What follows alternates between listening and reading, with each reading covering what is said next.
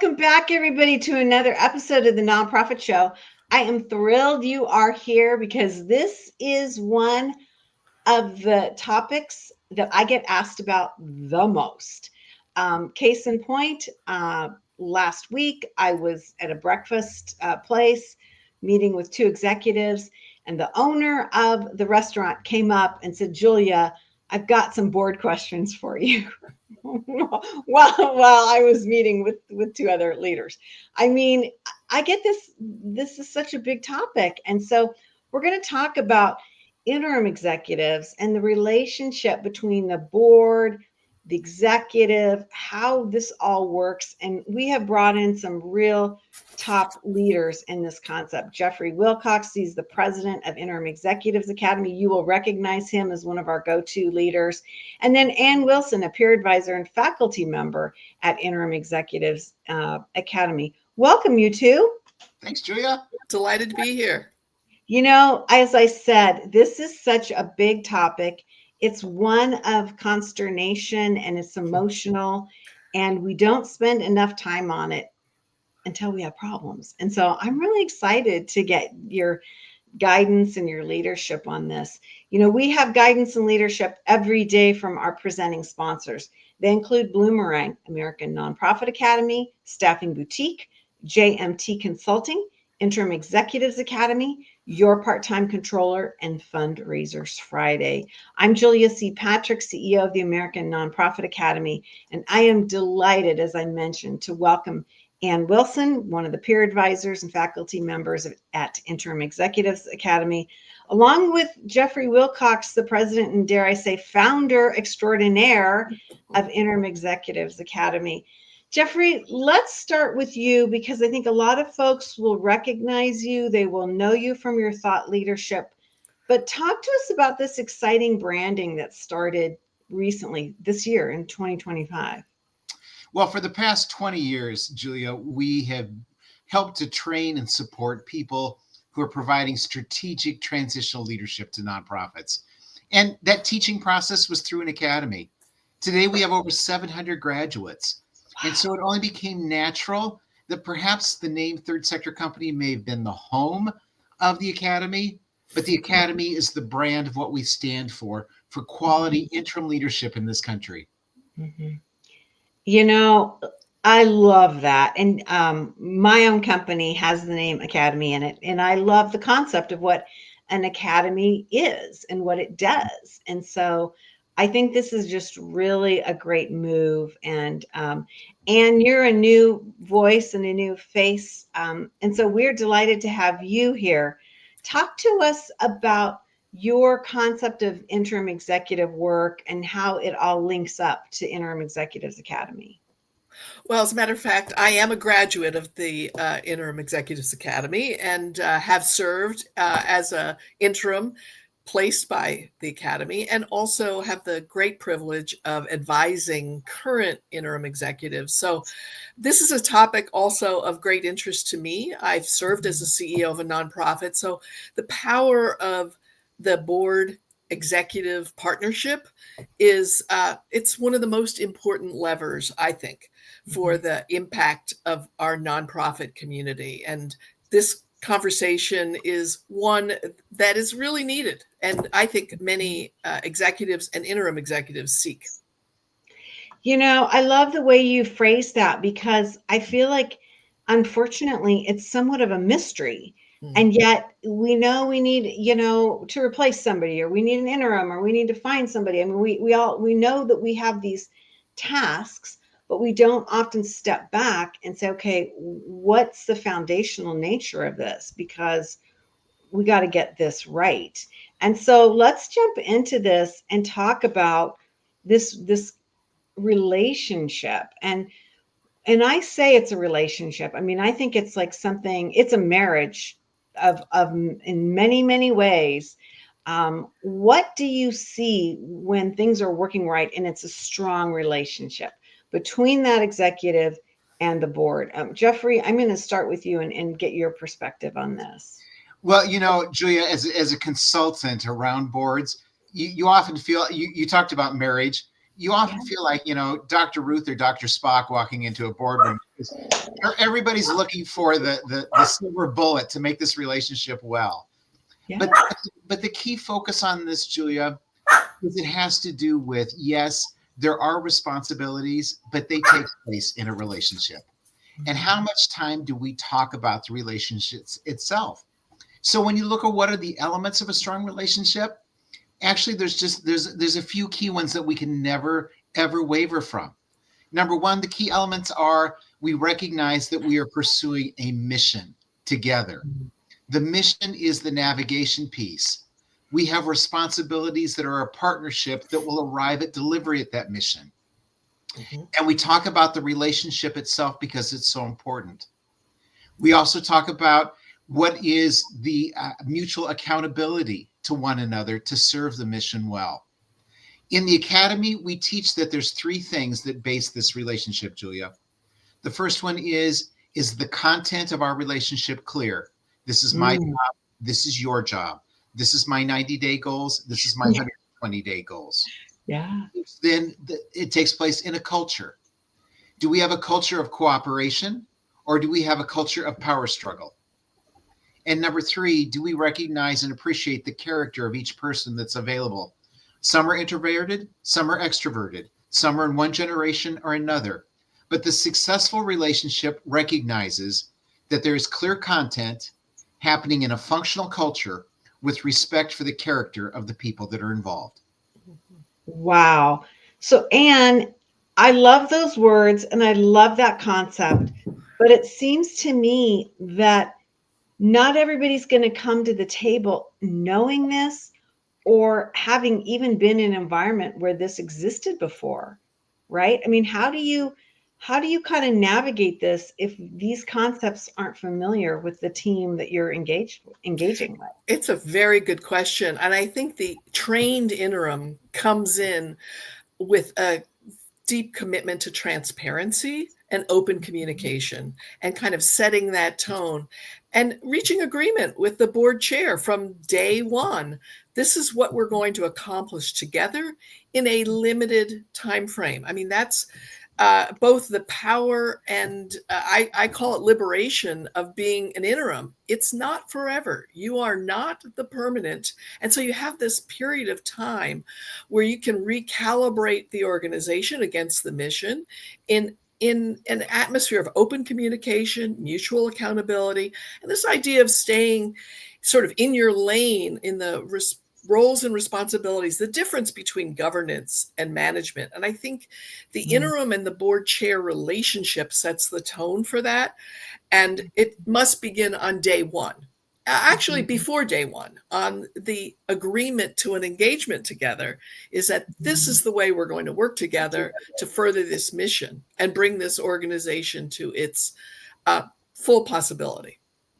So, Anne, in that, you gave us the lens of time and time served, and that this is an interim, hello, as the word indicates, position. Give us some real and concrete time frames that you have seen or that you are seeing. Like, how long are these interim relationships lasting?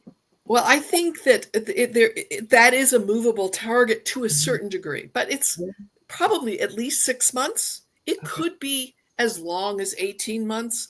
It's most likely 9 months, 12 months, in that range. I'll let Jeffrey comment on that because he has decades of experience in this. But I think the most important thing is that understanding that we're creating a pathway together. That is the interim executive and the board chair for the successful recruitment, appointment, and performance of the permanent leader.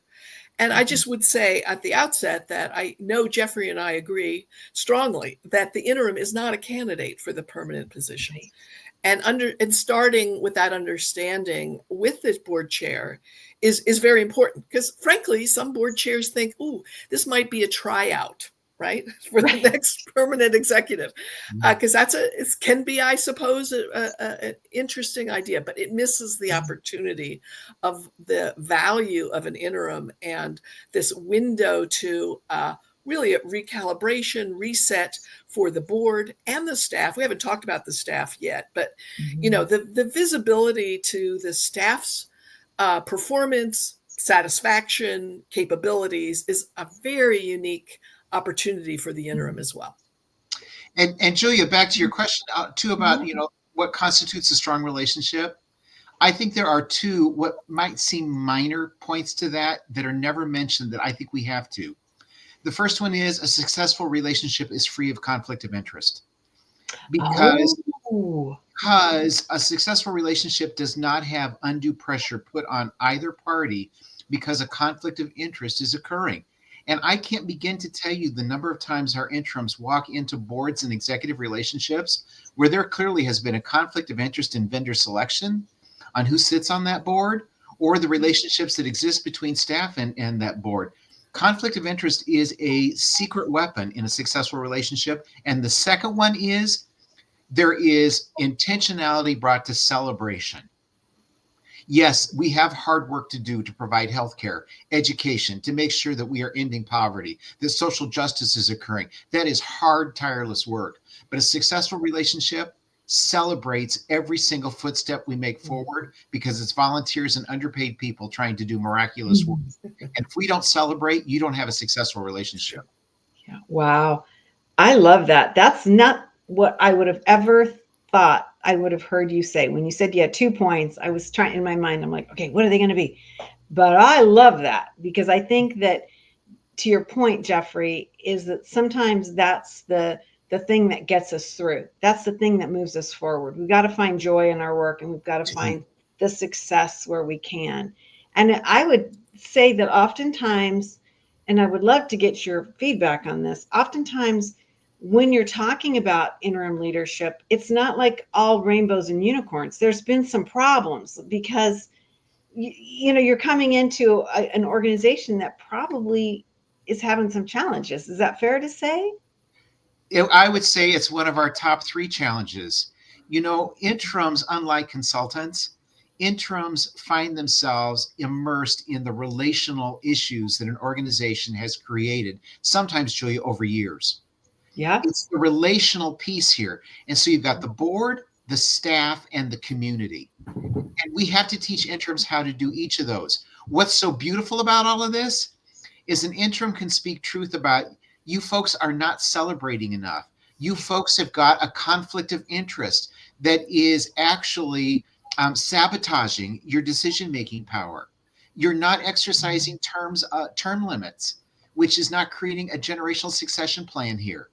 You have the ability to speak truth because you're not a candidate. You have an opportunity to provide an intervention for an organization. And I think the other thing is, interims have to introduce new language. Things we like to know. The truth is, the work is governance, but we teach our interims to talk about the use of the word stewardship. Because what should be, at the end of the day, the result of governance? In our opinion, as an academy, good governance has resulted in community stewardship of a cause to make a difference in that community. It's changing language. Right. And I love that, because we talk about that with the donor relationship, right?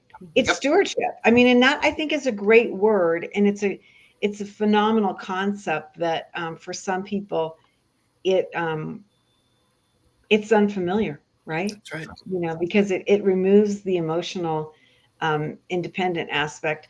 Let's go on to the next thing, which we were talking in the green room.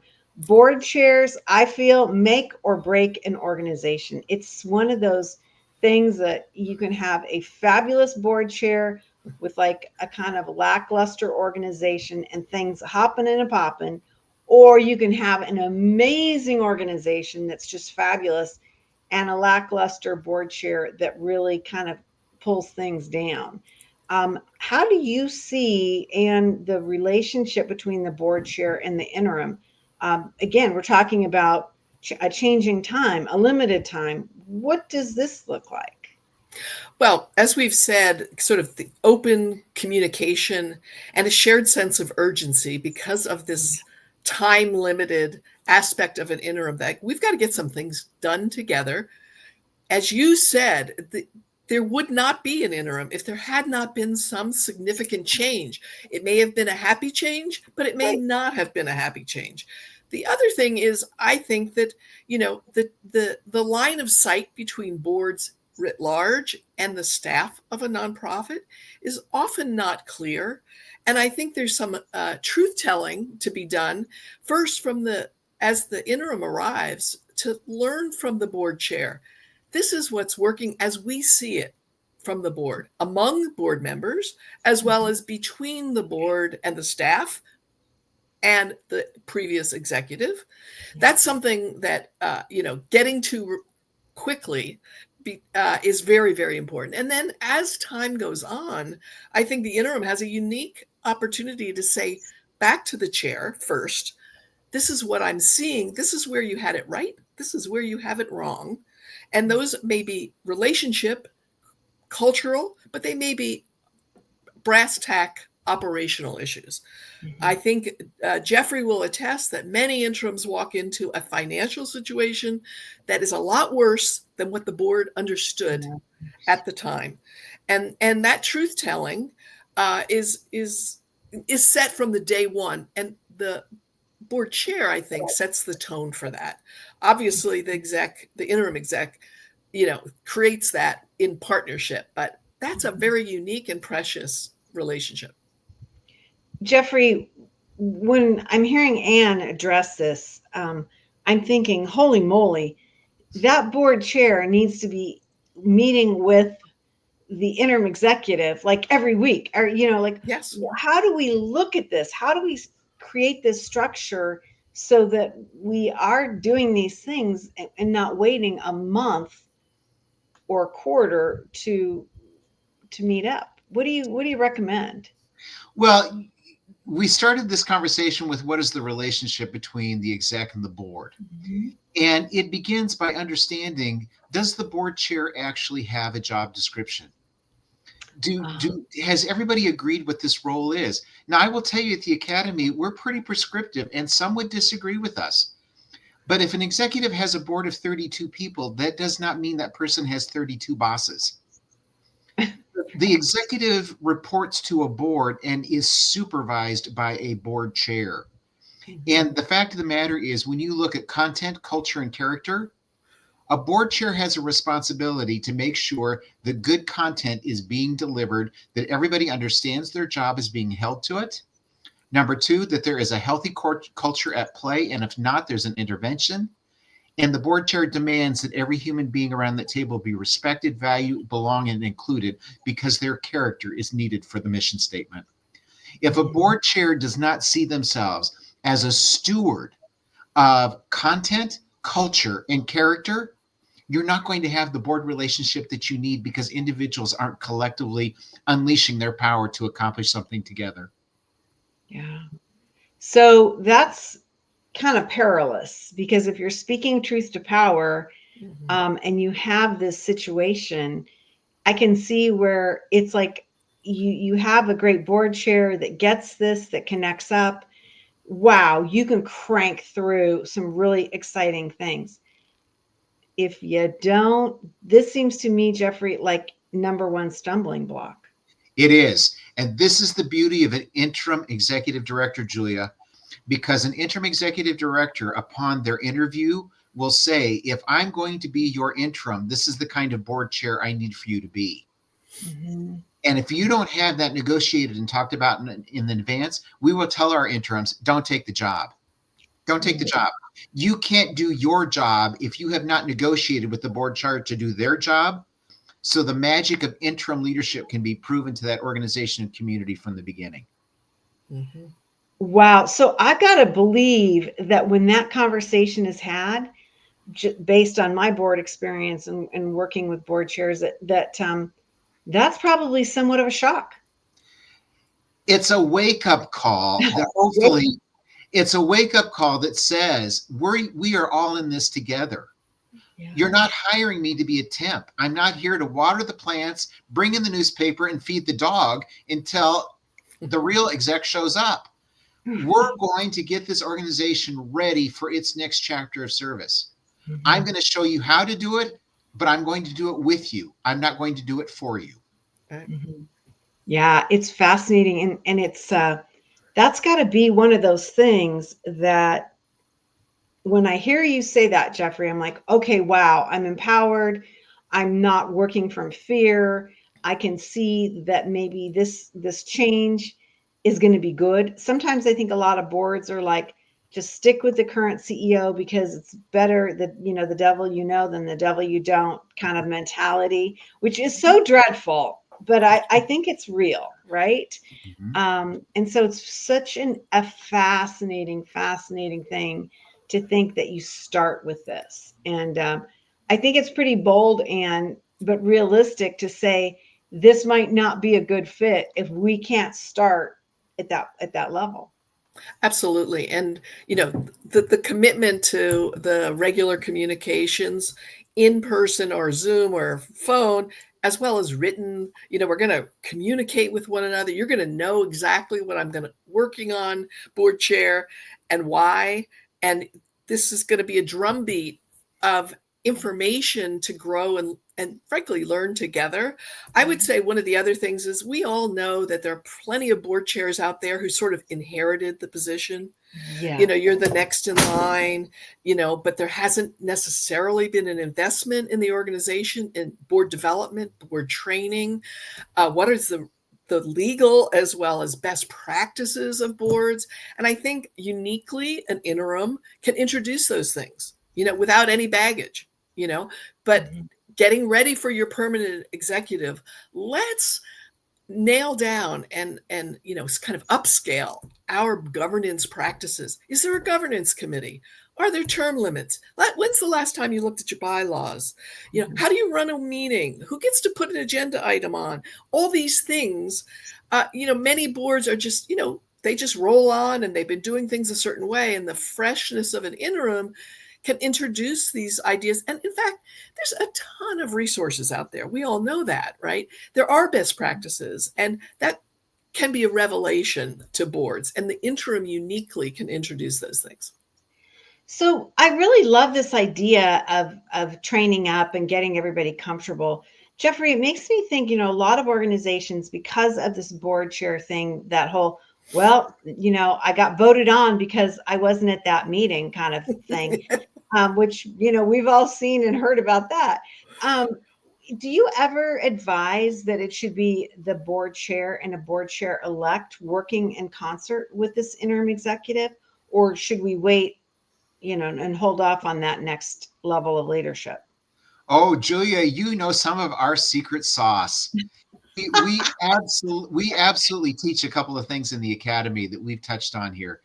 To the point you're making, we actually believe that appointing a chair elect to be the partner with the interim is an ideal relationship, because that individual is going to be taking on the position when the new exec arrives, and will have been through the whole interim process together. Let the board chair be the board chair. Let the board chair elect um, build a succession plan that the organization needs. And you used a word that, we think that interims, part of their power is the use of language. We have a couple of golden rules. We'll call them Jeffrey's rules. Don't ever use the word change. Always use the word evolve. Because organizations that feel like they need a change creates Yeah. a different culture than organizations that are excited about evolving. Wow. Okay, that's like a end the show. We're done. That's the big lesson. I love that. I think that's just a fascinating thing because yeah, who doesn't want to evolve? I mean, it means you're getting better and stronger, but Yes. change seems punitive. Just Right. imagine an organization Yeah. that brings in an interim where the idea is they're going to change, and an organization where we bring in an interim because we want to intentionally evolve our organization in its ability to be of service to this community. Yeah. I love it. I think, and go ahead. I was just going to say, and it sets the stage for the creation of the future that the permanent executive will take on. And I think that's really, really important, that we're not creating some kind of quote change for the next stage. No, we're evolving and we're envisioning the future into which we will recruit and appoint the next permanent executive. I love this. Well, dude, we don't have a lot of time left, but I want to finish up about this modeling behavior and how do interims actually touch the board in such a way with them to understand that these relationships matter and these behaviors. I mean, already the power of language and recognizing the word and the feelings around evolve. Talk to us about what you see here, especially going back to the very first start of our conversation. We're looking at a truncated amount of time.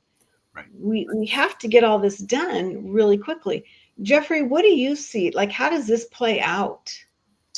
I think it plays out in 4 specific ways, Julia. The first is the way an interim interviews a board in an organization is an optimal board relationship, because before the job is ever taken, there's agreements that are made. And hopefully that can carry over in the hiring of the successor. Number 2, the optimal relationship relies on good incremental planning. We're going to do this over the next 90 days. We're going to do this over the next 180 days. There's a certain amount of incremental leadership that is lost in all the jargon around long-term strategic planning. And interim brings an optimal board relationship that appreciates incremental planning. Number 3, it also is a training opportunity around what are the essence of a great board and how do we want to do that. When we look at our executive directors as trainers and as professional development opportunities for our boards, it changes the whole context, and interims do that. And the last one, what interims do is they are constantly in the pursuit of objectivity and the squelching of subjectivity in a culture. When we can learn how to do that, we want data, we want fact, we want to speak truth. We are on the road to providing the kind of community change that we're looking for, because we're bringing our whole selves and our authenticity to the important work we bring in our communities. And interims model that. Right. They're not going to lose their job. What are you going to do? Fire?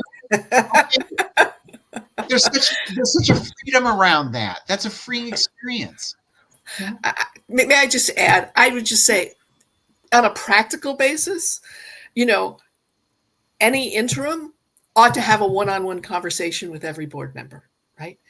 If we're building a relationship, let's hear what they think, feel, and expect about this organization and their role and the impact they want to have in this board.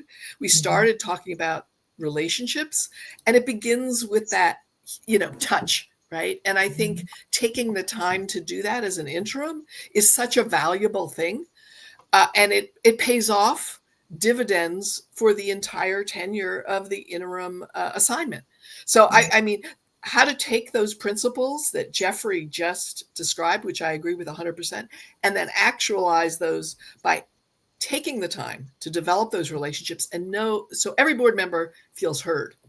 And we all want that, right? That's a part of the human condition. We want to be heard. And so, yeah, I love that. And, I could go on and cancel the rest of my day and just spend it with the two of you and talking about this, because I just think it's riveting work. And I was not familiar really with the interim concept until, sadly, less than like 10 years ago. And I think about, the community leadership that we've had with our nonprofits. Man, if we'd had some of this interim expertise and just structure, just understanding this structure, how much more healthy we would have been across, the community. So it has been a joy to learn about this and get this information. Jeffrey R. Wilcox, president of Interim Executives Academy, a true thought leader in our nation about this. And I would say really globally, Jeffrey, because, this is something that's being led through in so many ways in our nation. And it's really, really been cool. We've had some great comments and somebody just popped in. Agree. A thought leader, so that's really cool. Ann Wilson, peer advisor and also a faculty member at Interim Executives Academy, somebody that has really been on the front lines, continues to work with interims and guide this concept. You know, the more we know about this, the more we learn about it. And I think the two of you probably see, the more we have these in communities, those board members then go out to other boards and share this knowledge and say, this is an option. We can be doing this. It's got to just like mushroom out, which is very exciting. Very, very exciting. Yeah. So thank you, the two of you, for really having an amazing conversation with us and starting off our week incredibly strong. You know, we are incredibly strong because we have these amazing presenting sponsors. One of them is Interim Executives Academy, but they're also joined by Bloomerang, American Nonprofit Academy, Staffing Boutique, JMT Consulting, and Your Part-Time Controller.